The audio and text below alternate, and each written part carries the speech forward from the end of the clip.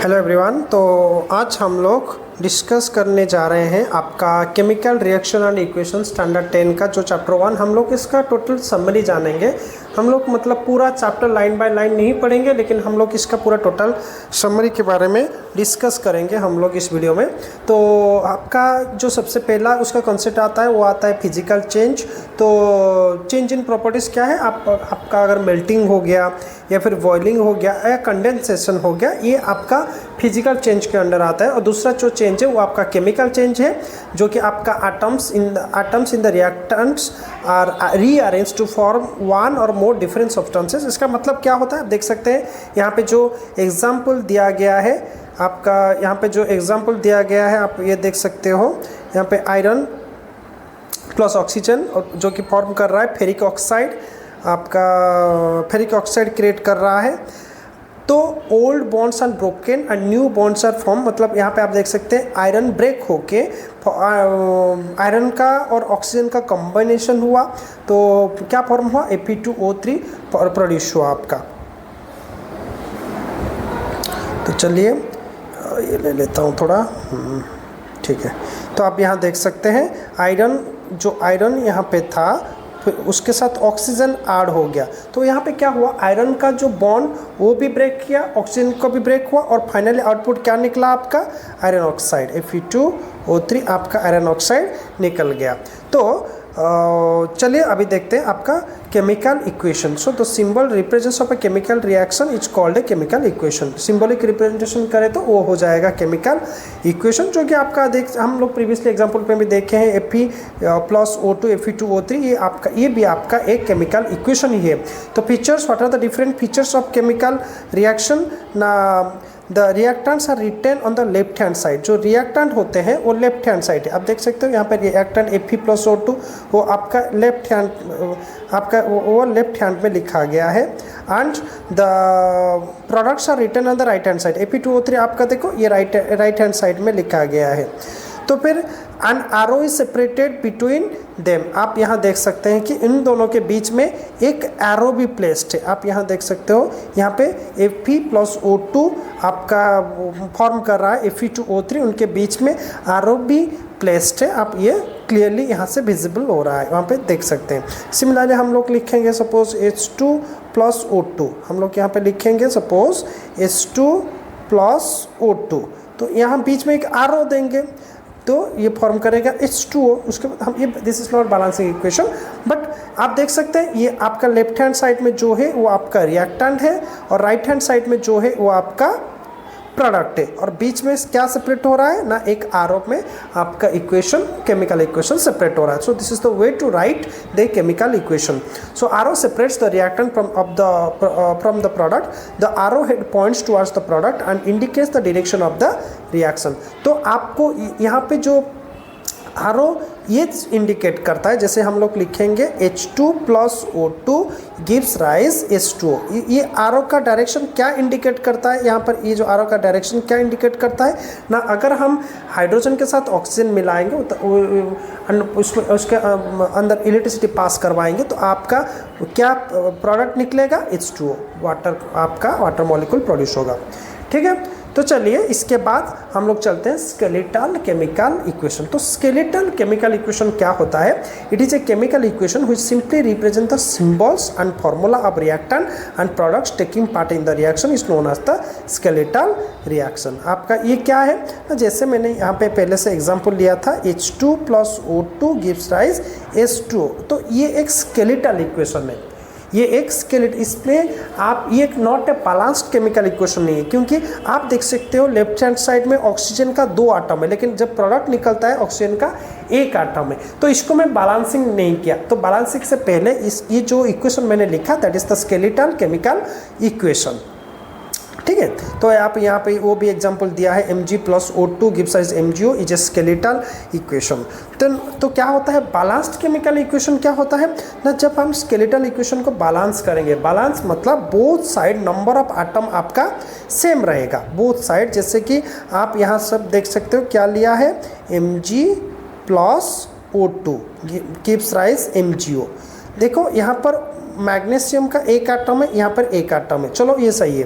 लेकिन यहाँ पे देखो ऑक्सीजन का 2 आटम है, लेकिन राइट साइड में ऑक्सीजन का एक ही आटम है। तो हम बैलेंसिंग करने के लिए मैं यहाँ पे अगर 2 डाल दूँ तो ऑक्सीजन का यहाँ पे 2 आटम हो जाएगा और मैग्नीशियम का एक। फिर से इसको बैलेंसिंग करने के लिए अगर मैं लेफ्ट साइड में 2 डाल दूँ तो आपका 2 Mg + O2 gives rise 2 MgO। ये हो जाएगा एक बैलेंस्ड केमिकल इक्वेशन, ये बन जाएगा आपका बैलेंस्ड केमिकल इक्वेशन। ठीक है, तो ए बैलेंस केमिकल इक्वेशन, एक balance equation is a chemical equation which in which number of atoms, आप इसमें थोड़ा ध्यान दो, number of atoms of each element is equal on both side, दोनों साइड, मतलब आपका उसका लेफ्ट हैंड साइड में या राइट हैंड साइड में नंबर ऑफ एटम्स सेम रहेगा, that is the number of atoms of an element on the reactant side is equal to number of atoms on the element on the product side. दोनों side में आपका number of atom same रहेगा। ठीक है, तो वो हो जाएगा एक बैलेंस्ड केमिकल रिएक्शन। ठीक है, तो चलो, तो आइडेंटिफिकेशन हम लोग यहाँ पे थोड़ा नहीं देखेंगे, हम बाद में देखेंगे आइडेंटिफिकेशन। एक एक जैसे हम लोग कितने तरह का रिएक्शन यहाँ पे पढ़ने जा रहे हैं ना, combustion, combination, decomposition, displacement and double displacement. ये आपका 5 डिफरेंट टाइप्स ऑफ रिएक्शन के बारे में हम रिएक्शन को हम रिकॉग्नाइज करेंगे और उसके बारे में डिटेल स्टडी पढ़ेंगे। तो सबसे पहले आता है कॉम्बिनेशन रिएक्शन। कॉम्बिनेशन रिएक्शन क्या है? इट इज़ ए 2 और more reactant combine into form a single product. तो क्या है, 2 या 2 से ज़्यादा एलिमेंट जब मिलके आपका एक सिंगल प्रोडक्ट बनाते हैं। आपका यहाँ पे एग्जांपल देख सकते हो, 2 Mg + O2 gives rise 2 MgO। यहाँ पर एक प्रोडक्ट आपका, एक एलिमेंट मैग्नीशियम, दूसरा एलिमेंट ऑक्सीजन, दोनों मिलके एक सिंगल प्रोडक्ट निकाल रहे हैं, एक आपका सिंगल प्रोडक्ट निकाल रहे हैं। जब आप ऐसा सिंगल प्रोडक्ट निकालेंगे तो आप समझ लेना that is a combination reaction. हाँ, आपका लेफ्ट हैंड साइड में LHS में और रिएक्टेंट साइड में 2 से ज़्यादा एलिमेंट भी लिया जा सकता है, लेकिन राइट हैंड साइड में हमेशा एक सिंगल प्रोडक्ट ही निकलेगा। तो आप जान लोगे that is the combination reaction, that is a combination reaction. देखो आप लोग हम यहाँ पे देख सकते हो, जब इंट्रोडक्शन में लिखा गया था कॉम्बिनेशन रिएक्शन AB + O2, देखो AB लिया है तो it's a compound plus oxygen, लेकिन oxides of A and B, मतलब ये oxides of A and B वो एक ही कंपाउंड है, 2 नहीं है। तो कंबशन रिएक्शन में क्या होता है, 2 या 2 से ज़्यादा एलिमेंट एक दूसरे के साथ रिएक्ट करके एक सिंगल प्रोडक्ट निकालेंगे। चाहे रिएक्टेंट में कितने भी एलिमेंट हो, कितने भी कंपाउंड हो, कितने भी एलिमेंट प्लस कंपाउंड हो, लेकिन रिएक्टेंट में अगर सिर्फ एक आपका आउटपुट निकला, तो एक ही प्रोडक्ट निकला, तो जान लेना वो आपका कॉम्बिनेशन रिएक्शन है। तो मैग्नीशियम ऑक्साइड क्या निकलेगा, मैग्नीशियम ऑक्साइड, तो व्हाइट एश basic Tons red litmus blue. आप थोड़ा यहाँ पे थोड़ा एक चीज़ जान लीजिए, जो मेटालिक ऑक्साइड होता है, मैग्नीशियम एक मेटल है, तो magnesium oxide, metallic oxides are basic in nature, और जो बेसिक इन नेचर, जो बेस होता है, तो जो बेस होता है आपका बेसिक इन नेचर, वो क्या करेगा, रेड लिटमस को ब्लू में कन्वर्ट करेगा। और जो एसिडिक होता है, वो ब्लू लिटमस को रेड में कन्वर्ट कर देगा। आप ये थोड़ा याद रखना, जो आपका बेस होता है वो आपका रेड लिटमस को ब्लू में कन्वर्ट करेगा, और जो एसिडिक होता है वो आपका ब्लू लिटमस को रेड लिटमस में कन्वर्ट कर देगा। तो यहाँ पर मैग्नीशियम ऑक्साइड एक बेसिक ऑक्साइड, मेटालिक ऑक्साइड है। मेटालिक ऑक्साइड आपका बेसिक इन नेचर होता है, एंड नॉन मेटालिक ऑक्साइड आपका एसिडिक इन नेचर होता है। ठीक है, तो चलिए हम लोग चलते हैं अभी डिकम्पोजिशन रिएक्शन के बारे में जानते हैं।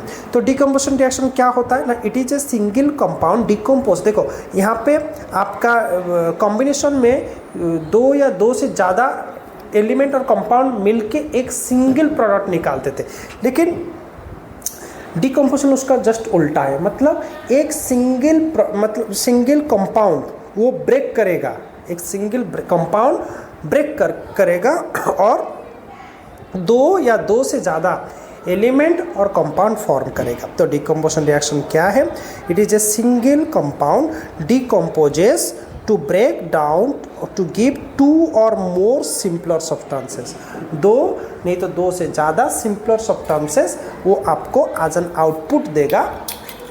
तो that is known as a decomposition reaction. तो क्या है यहाँ पर आप देख सकते हो, ferrous sulphate FeSO4 on heating, FeSO4 on heating form ferric oxide and sulphur dioxide and sulphur trioxide. आप इस रिएक्शन को याद रखना, ये एक बहुत ही इम्पोर्टेंट क्वेश्चन है, इम्पोर्टेंट रिएक्शन है आपका, इसको आप अच्छे से याद रखना। क्या है फेरस सल्फेट FeSO4 आपका, जब फेरस सल्फेट आपका ब्रेक करेगा, कैसे ब्रेक करेगा, यहाँ पे हीट दिया जाएगा, this is the symbol of heat, वो फॉर्म करेगा फेरिक ऑक्साइड मतलब Fe2O3 plus sulphur dioxide produce करेगा प्लस सल्फर ट्राइऑक्साइड भी फॉर्म करेगा। तो it's one of the most important formula, आपका बहुत बार एग्जाम में पूछता है। एंड तो आपका ये डीकम्पोजिशन रिएक्शन, यहाँ पे एक रिएक्टेंट है लेकिन प्रोडक्ट बहुत सारे हैं, तो आप लोग समझ लेना ये एक डीकम्पोजिशन रिएक्शन है। आप डीकम्पोजिशन रिएक्शन को कैसे पहचानोगे ना, हमेशा रिएक्टेंट में एक ही कंपाउंड रहेगा, हमेशा जो रिएक्टेंट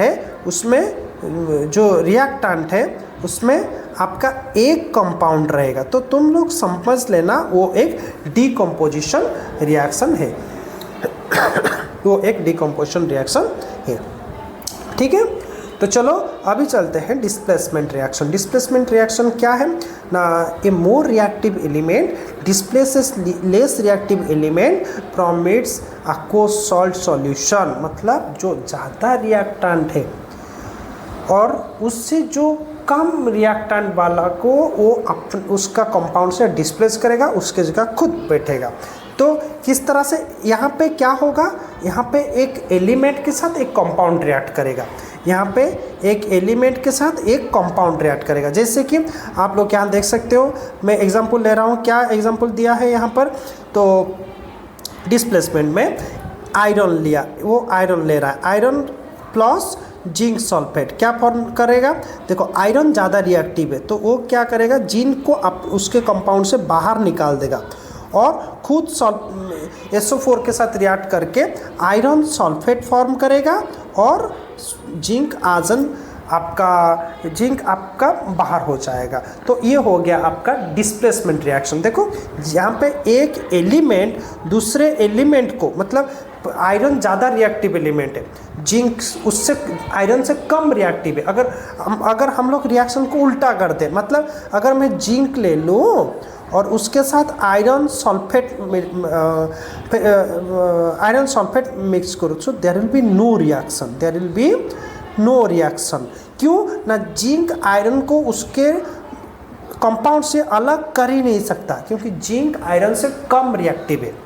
तो यहाँ पे क्या चाहिए, ये मोर रिएक्टिव होना चाहिए, आयरन मोर रिएक्टिव होना चाहिए जिंक से, तभी जाकर डिस्प्लेसमेंट रिएक्शन होगा, अदरवाइज रिएक्शन नहीं होगा।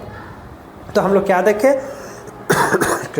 आयरन जिंक सल्फेट से जिंक को अलग कर रहा है और फॉर्म कर रहा है आयरन सल्फेट प्लस जिंक, तो ये हो जाएगा डिस्प्लेसमेंट रिएक्शन। तो डिस्प्लेसमेंट रिएक्शन को आपको कैसे पहचानोगे ना, डिस्प्लेसमेंट रिएक्शन में एक एलिमेंट होगा, दूसरा कंपाउंड होगा, एलिमेंट में से वो जो एलिमेंट लोगे कंपाउंड के जो मेटल है उसमें उससे ज़्यादा रिएक्टिव होगा, उसको डिस्प्लेस कर पा रहा होगा, तभी जाकर होगा डिस्प्लेसमेंट रिएक्शन।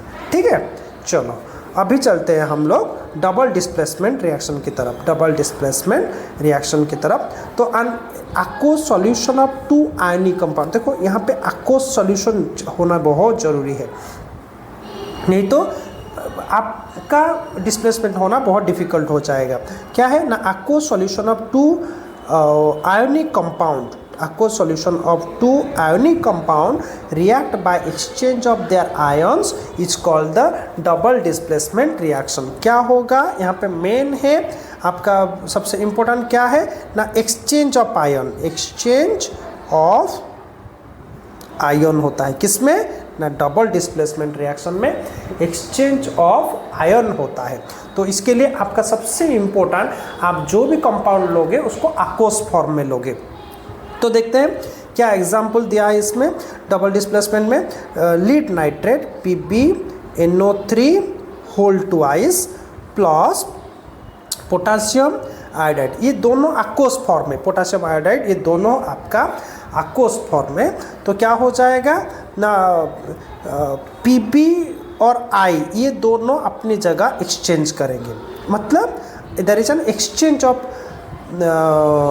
आयन्स। क्या फॉर्म करेगा, PbI2 lead iodate plus potassium nitrate KNO3 nitric acid KNO3 आपका फॉर्म होगा। आपका KNO3 होल ट्वाइस के साथ रिएक्ट करके KNO3 फॉर्मेशन करेगा। So there is an exchange of ion, क्योंकि वहाँ पे एक्सचेंज ऑफ आयन हुआ तो ये आएगा आपका double displacement reaction, double displacement reaction.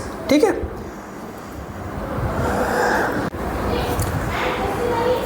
तो चलिए हम लोग नेक्स्ट है आपका ऑक्सीडेशन रिएक्शन। तो ऑक्सीडेशन रिएक्शन क्या होता है, then oxidation reaction addition of oxygen और रिमूवल ऑफ हाइड्रोजन और lose of electron takes place.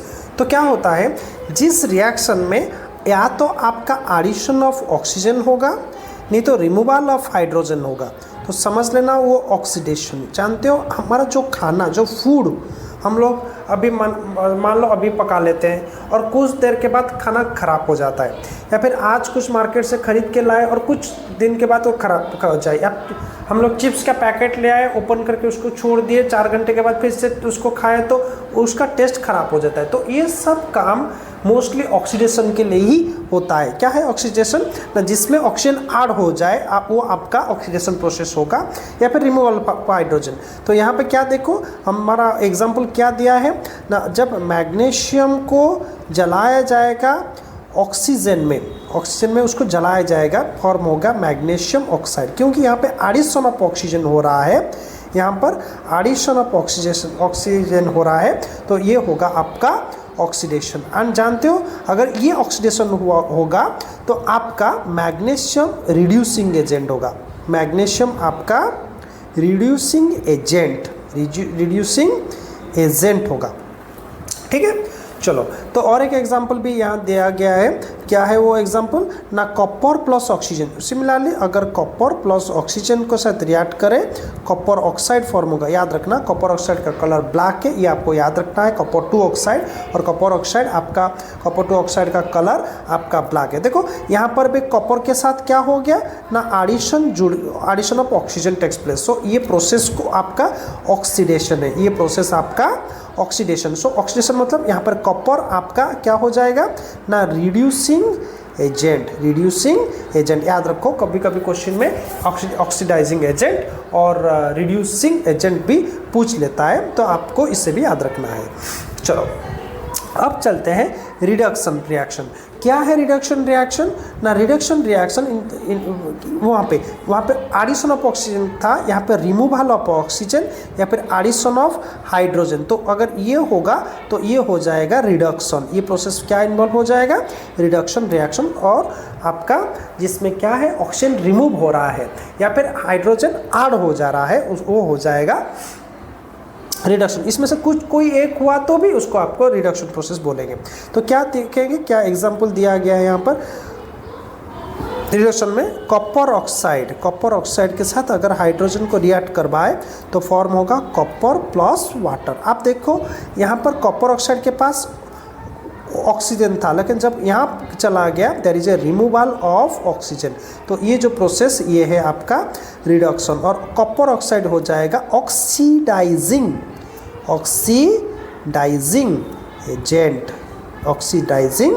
Agent. आपका यहाँ पर कॉपर ऑक्साइड होगा ऑक्सीडाइजिंग एजेंट, और आपका वो जो रिएक्शन ये रिडक्शन रिएक्शन है, रिडक्शन है, लेकिन कॉपर जिसके साथ रिडक्शन हो रहा है वो होगा ऑक्सीडाइजिंग एजेंट। तो आई होप आपको oxidising agent and reducing agent में कोई डाउट नहीं है।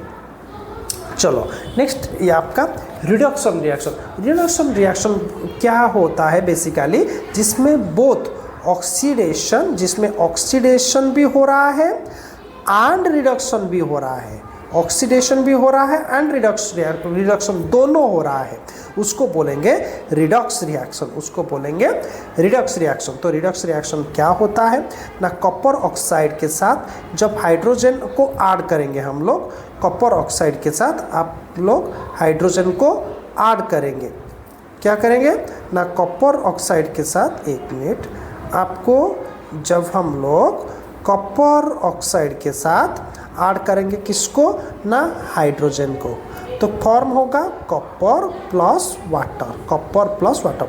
आप देख सकते हो यहाँ पर आपका कॉपर ऑक्साइड ब्रेक होके हुआ कॉपर, मतलब यहाँ पर रिमूवल ऑफ ऑक्सीजन हुआ, और यहाँ पे हाइड्रोजन के साथ क्या हुआ देखो ना, हाइड्रोजन के साथ यहाँ पर एडिशन ऑफ ऑक्सीजन हुआ, यहाँ पर रिमूवल ऑफ ऑक्सीजन हुआ, मतलब यहाँ पर क्या हो रहा है, यहाँ पर रिमूवल ऑफ ऑक्सीजन हो रहा है, मतलब आपका यहाँ क्या हो रहा है ना, यहाँ पर हो रहा है आपका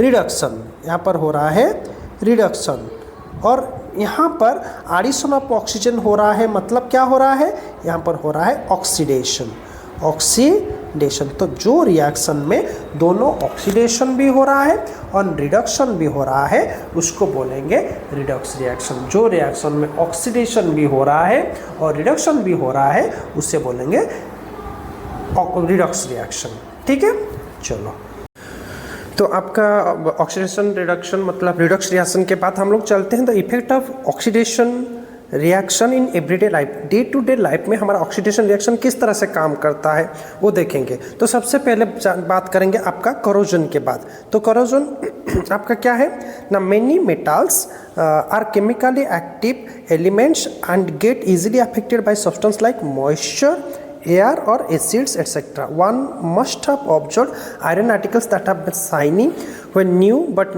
get coated with a reddish brown powder when left for some time। मतलब आप लोग क्या है, बहुत सारा मेटल्स है जो कि मॉइस्चर, आपका एयर, एसिड से अफेक्ट होके वो क्या करता है, अपना लस्टर खो देती है या फिर वो खुद डैमेज होने लगती है।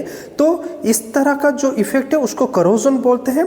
तो आप देखे होंगे क्या, some articles are get coated with a reddish brown powder and left for some time, this process is commonly known as the rusting. उसको क्या बोलते हैं ना, रस्टिंग। मोस्टली आयरन के साथ होता है, rusting of the iron. The problem with iron is that oxidation takes place and the oxides formed doesn't formally adhere to the surface of the metal causing it flake off easily। मतलब जब oxidation होता है मतलब rust लग जाती है, उस जो आयरन बार होता है उसके ऊपर ऐसा कोटिंग आ जाता है जो उसके साथ चिपकता नहीं है बल्कि वो उससे डिटैच हो जाता है, जिसकी वजह से आयरन रस्ट होके डैमेज होने लगती है। तो this eventually cause structural weakness and disintegration of the metal. मतलब उसको मेटल वीक होने लगता है, स्ट्रक्चरल वीकनेस मतलब वीक होने लगता है एंड डैमेज भी धीरे धीरे डैमेज होने लगता है। Hence metal is attacked by substance around it is said to corrode. इस प्रोसेस ये सारा प्रोसेस को करोजन बोला जाता है। This process is called corrosion. Corrosion causes deterioration of essential properties in the metal. मतलब मेटल का जो ओरिजिनल प्रॉपर्टी उसको वो डिटैच कर देता है, ख़राब कर देता है। तो उसका मतलब प्रॉपर्टीज़, जैसे कि हम मेटल क्यों, आप मोस्टली मेटल आपका आयरन क्यों यूज़ होता है, आयरन यूज़ होता है उसका स्ट्रांगनेस के लिए, लेकिन रस्ट की वजह से वो वीक होके टूटने लगता है। What happens to the copper vessel. अब बात करेंगे कॉपर वेसल के बारे में। तो कॉपर वेसल और artefact when expose to air और water they slowly get tarnished by acquiring a thin green oxide layer. कौन से, जब कॉपर के ऊपर ऐसे कुछ होता है, आप it is expose to air and water, उसके ऊपर एक ग्रीन ऑक्साइड लेयर चला जाता है। Similarly silver quickly acquires thin. तो आपका कॉपर के ऊपर कॉपर ऑक्साइड हो जाता है जिसका कलर चेंज हो जाता है ग्रीन को। एंड सिमिलरली सिल्वर की बात, क्विकली एक्वायर से थिन ब्लैक कोटिंग। जब सिल्वर के ऊपर वो करोजन होता है तो वो क्या कौन से कलर को कन्वर्ट हो जाता है, ब्लैक। तो आप वो जो कॉपर ऑक्साइड और आपका सिल्वर जब अटैक होता है और करोजन होता है तो उसका कलर चेंज हो जाता है ब्लैक। तो ये दो कलर को आप याद रखिए, कभी कभी बोर्ड के क्वेश्चन में इसमें इस कलर रिलेटेड क्वेश्चन भी आ जाती है। ठीक है, तो अब बात करेंगे आपका this tarnish black oxide coating in the moisture, the heaviest metal lead is also tarnished in moisture। आपका lead मतलब जो heaviest metal आपका क्या है lead, वो भी उसके साथ भी corrosion हो जाता है। the black corrosion of which oxides from strongly bond to the surface of the metal prevents the surface from further exposure to oxygen and consequently slowing down corrosion। लेकिन आपका क्या होता है किसमें lead also tarnish in moist water, the black coating on so the black coating on silver and the green coating on copper are example of corrosion in which oxide forms strongly bond to the surface of the metal preventing the surface from further exposure to oxygen and consequently slowing down the corrosion। लेकिन आपका ये जो कौन से cases में आपका silver and copper, जो silver and copper के ऊपर कोटिंग आ जाता है, जब सिल्वर एंड कॉपर के ऊपर आपका कोटिंग आ जाता है, सिल्वर एंड कॉपर के ऊपर जब कोटिंग आ जाता है ना, तो उसके ऊपर जो उसका ऑक्साइड फॉर्म होता है वो आगे उस मेटल को करोजन होने से मतलब करोजन से स्लो डाउन करता है, प्रोसेस ऑफ करोजन को वो स्लो डाउन करता है। तो एक तरह से इसका करोजन आपका सिल्वर एंड कॉपर का केस में करोजन उसके लिए बेनिफिशियल भी बोल सकते हैं। उसके बाद हम चलते हैं रैंसिडिटी। रैंसिडिटी क्या होता है? देखिए रैंसिडिटी मतलब मान लीजिए आप कोई चिप्स का पैकेट खरीदे, आप देखे होंगे अगर उस चिप्स से हवा निकल गई और आप उस चिप्स को आप खा लिए तो देखना उसका टेस्ट में कुछ फर्क दिखाई देगा, तो उस प्रोसेस को बोलते हैं रैंसिडिटी। तो आपका जो रैंसिडिटी क्या है ना, आपका you have ever tested smell fat और oil containing food metal left for, अगर किसी फूड में आपका फैट या फिर ऑयल है और बहुत देर तक उसको एक्सपोजर टू एयर मिला, मतलब एयर मिल गया, ऑक्सीजन के कांटेक्ट में आ गया, देखना उसका टेस्ट चेंज हो जाता है। This unpleasant change in the flavour and order of the food is called the rancidity. तो ये जो चेंज होता है उसका टेस्ट में या फिर ऑर्डर में मतलब स्मेल में, उसको बोलते हैं आपका rancid. The most important cause of rancidity is the deterioration in fats and fatty foods because of the oxygen. तो इसमें क्या हो जाता है, मोस्टली वो फूड के साथ ऑक्सीडेशन ही होता है। When an oxygen atom replace hydrogen atom in the fatty acid, fatty acid में आपका हाइड्रोजन होता है, ऑक्सीजन उस हाइड्रोजन को रिप्लेस, ऑक्सीजन उस हाइड्रोजन को क्या कर देता है, रिप्लेस करके उसकी जगह खुद बैठ जाता है जाके, तो उस प्रोसेस में क्या होता है, ऑक्सीडेशन हो जाता है। तो atom in the fatty acid molecule destabilize the molecules. Factors which accelerate fat oxidation include salt, light, water, bacteria, moulds, traces metal etcetera. तो ये सारे फैक्टर्स हैं जो कि आपका ऑक्सीडेशन को स्पीड अप कर देते हैं। ठीक है, so usually substances which retarded fat oxidation or acidity are called the antioxidant such as BHT और BHA, vitamin E, vitamin C, spices such as sage और the rosemary, they are the antioxidant, मतलब oxygen होने से वो prevent करवा देंगे। They are added to food containing fats and oils to prevent such spoiling. तो अगर हम लोग BHT ऐड कर दे तो क्या होगा, वो ऑक्सीडेशन का प्रोसेस स्लो डाउन हो जाएगा, ऑक्सीडेशन प्रोसेस स्लो डाउन हो जाएगा। विटामिन C, आपका विटामिन E, ये सब भी ऑक्सीडेशन को स्लो डाउन करते हैं। These are added to foods containing fats और oils to prevent such spoiling. Keeping food in the air tight container और the tight wrapped also help to slow down the. तो कब इसके लिए क्या क्या और दूसरे प्रोसेस है ना, हम एयर टाइट कंटेनर भी यूज करते हैं। हम कौन सा कंटेनर ना, एयर टाइट कंटेनर भी आपका यूज किया जाता है ताकि ऑक्सीडेशन ना हो पाए, ना उस फूड को ऑक्सीजन ना मिल पाए और to slow down the oxidation को प्रोसेस को स्लो डाउन किया था। Some high fat food such as potato chips are packed with material that protect them from light and oxygen and containers are flooded with nitrogen. Chips के packet में अब यहाँ से question आ सकता है, why the packet of chips are flushed with the nitrogen, क्योंकि nitrogen की वजह से उसको ऑक्सीजन और लाइट सफिशिएंट, एक तो बंद होता है लाइट नहीं मिलेगा, दूसरा ऑक्सीजन भी उसके साथ नहीं मिल पाएगा, वो ऑक्सीजन की जगह नाइट्रोजन को प्लेस कर दिए। तो at time to avoid this presence of oxygen together vacuum packing, हम कभी कभी वैक्यूम पैकिंग मतलब कोई भी अगर पैकेट मटेरियल है उसके अंदर फूड्स अवेलेबल है तो उसमें से एक सक्शन पंप के माध्यम से सारा एयर को बाहर निकाला जाता है। तो इस प्रोसेस से भी ऑक्सीडेशन से हम उसको उस फूड को बचाया जा सकता है ताकि आपका फूड रैंसिड ना हो जाए। तो बच्चों ये था पूरा चैप्टर 1 का एक ओवरऑल समरी। बहुत सारा कंसेप्ट मैंने यहाँ पे आपका कवर अप किया है। फिर भी आपको एक सजेशन दूंगा कि आप डेफिनेटली आपका जो एनसीईआरटी बुक है उसको अच्छे से एक बार इस वीडियो को देखने के बाद एक बार आप एनसीईआरटी को लाइन बाय लाइन एक बार रीडिंग मारिए, और कहीं पे कोई कॉन्सेप्ट में जब ऑलमोस्ट सारा कॉन्सेप्ट मैंने कवर अप किया है, कोई भी कॉन्सेप्ट ऐसा डाउट रहा है तो आप डेफिनेटली इस वीडियो का उस पर्टिकुलर पार्ट को बार बार देखिए। तो मिलते हैं अगले वीडियो में। Thank you.